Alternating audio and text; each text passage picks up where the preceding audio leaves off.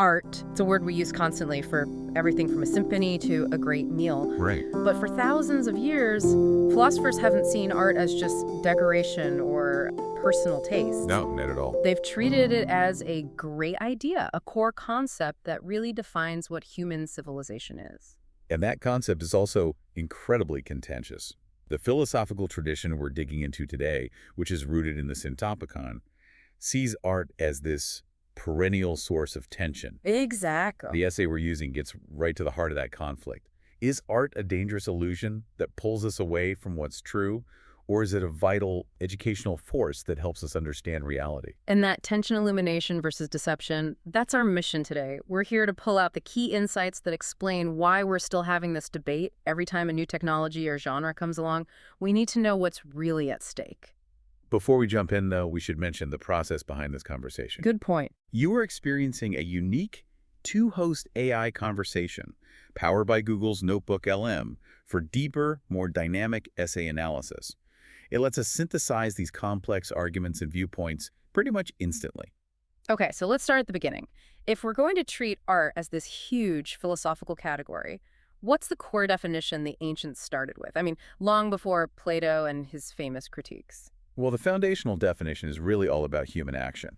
Art is the human power to make intelligible, ordered representations. Okay. It's fundamentally a way of making something that imposes form onto matter. You can think of it as intelligent construction. The creator is trying to shape something for a purpose. So it's not just about, say, painting a picture. It could be the art of navigation or even the art of government. It's skill and intention. Precisely. And this power is so potent because it both imitates and transforms reality. Its goal is to create meaning, provide pleasure, and this is critical, deliver some kind of moral or civic insight. And that's what gives it such philosophical weight. Yes. The reason the ancients cared so much is because of this dual capacity it has. The dual capacity being what, exactly? It can either reveal truth, by clarifying the order of the world, or it can obscure truth by offering these convincing but totally false representations. It can illuminate or it can deceive. And that makes it morally and politically significant. It's never just background noise. Never. That sets the stage perfectly for the first big prosecutor in this philosophical trial, Plato. He offers this first huge systematic critique in the Republic. So why was he so suspicious of artists and poets? His suspicion really works on two levels that are connected. The first is the metaphysical argument.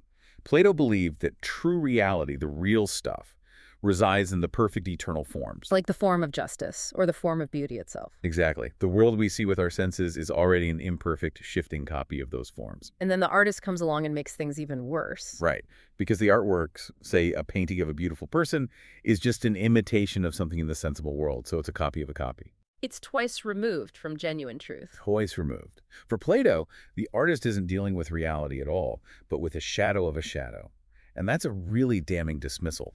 It suggests art is, from a cosmological view, fundamentally frivolous. That feels like a powerful intellectual blow, but I think his political argument is where he saw the real danger. Why was he so worried about tragedy and poetry in his ideal city? Because of their power over the rational soul.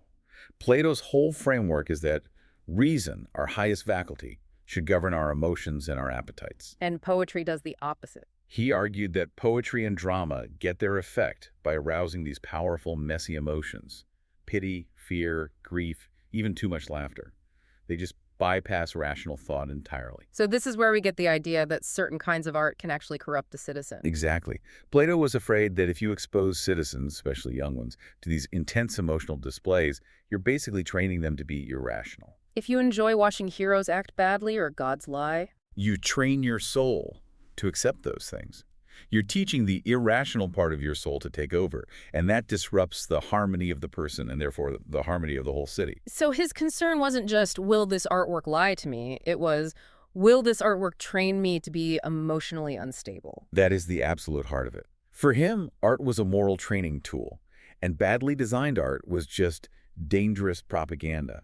But, and this is important, we have to remember the nuance. He didn't ban all art. No, he was very selective. He allowed for regulated art, right? Stuff that served the state's ethical goals. Correct. Properly regulated art, things like hymns to the gods, music with noble and simple rhythms, stories that pointed toward the good that was essential. Art was only okay when it was a tool for civic education, channeling emotion toward virtue. Okay, and this is where the plot really thickens. We have Plato, the prosecutor, saying imitation is dangerous deceit. Then his best student, Aristotle, comes along. And Aristotle agrees that art is mimetic, it's an imitation. But he defends that very process as something positive, natural, even necessary for humans. How on earth does he flip that entire premise? He roots art in two very natural human instincts, which he outlines in the Poetics. Okay. The first is our instinct to imitate. That's how we learn as children. You mimic. And second, the pleasure we take in learning from that imitation. For Aristotle, mimesis isn't deceit. It's our main way of understanding the world. It's how we start to categorize things and figure everything out. So when a kid plays make-believe, Aristotle sees real philosophical value in that. Immense value. And this connects directly to how he saw tragedy. Plato sees tragedy as emotional pollution. Aristotle, on the other hand, reframes it as a kind of emotional inoculation. That is a powerful distinction. So in the Poetics, what is tragedy's purpose and what does catharsis actually do? He defines tragedy as an imitation of a serious, complete action. And through arousing pity and fear, it produces catharsis. Now, people debate what catharsis means. Of purging, maybe? Some see it as a medical purging. But in this context, it's better to think of it as a clarification or a kind of regulative release of those emotions. So instead of being inflamed by watching intense emotion, the audience is actually being trained to feel those emotions in the right way. Precisely. By safely experiencing extreme pity and fear within an ordered artistic structure, the citizen learns the proper limits of those feelings. So when they face real-life tragedy, their emotional response is trained, not raw. He basically turned Plato's poison into a preventative medicine. Perfect way to put it. He's saying if you want a rational, steady citizen, you have to train their emotions first. That's a huge ethical contribution. But he also gives art this quasi-philosophical role that Plato totally denied.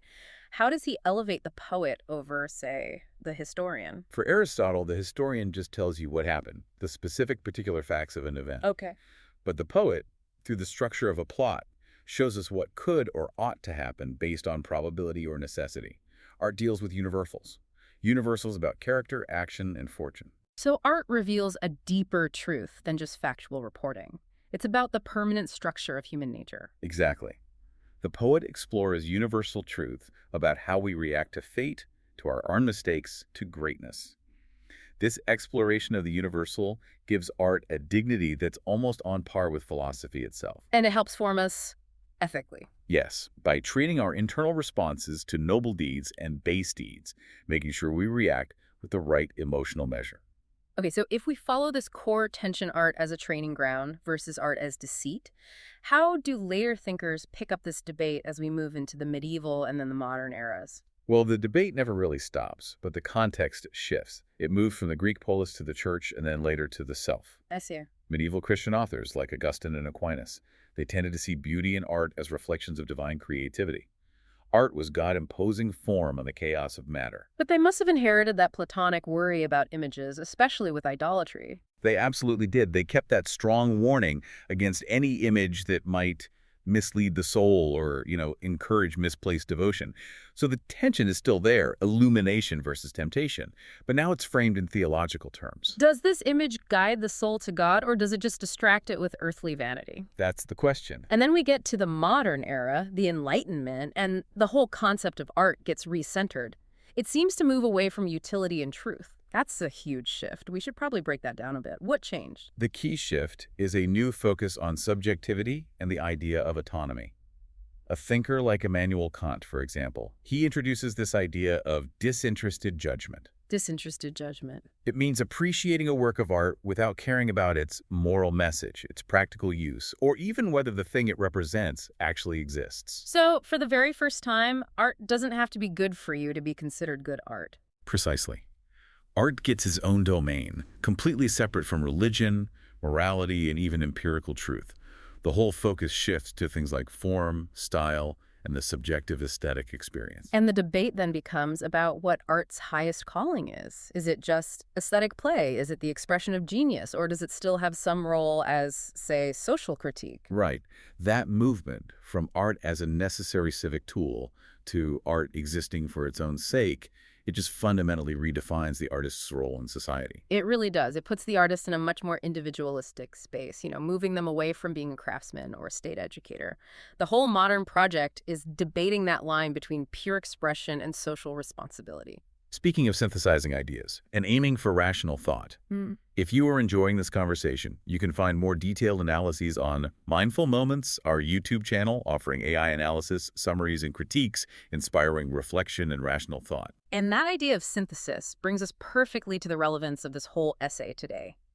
In a framework like the one laid out by thinkers like Mortimer Adler, analyzing this history invites us to move beyond just mere opinion. Right, the idea that art is just personal taste. Exactly, and to move toward deeper philosophical understanding and ultimately wisdom.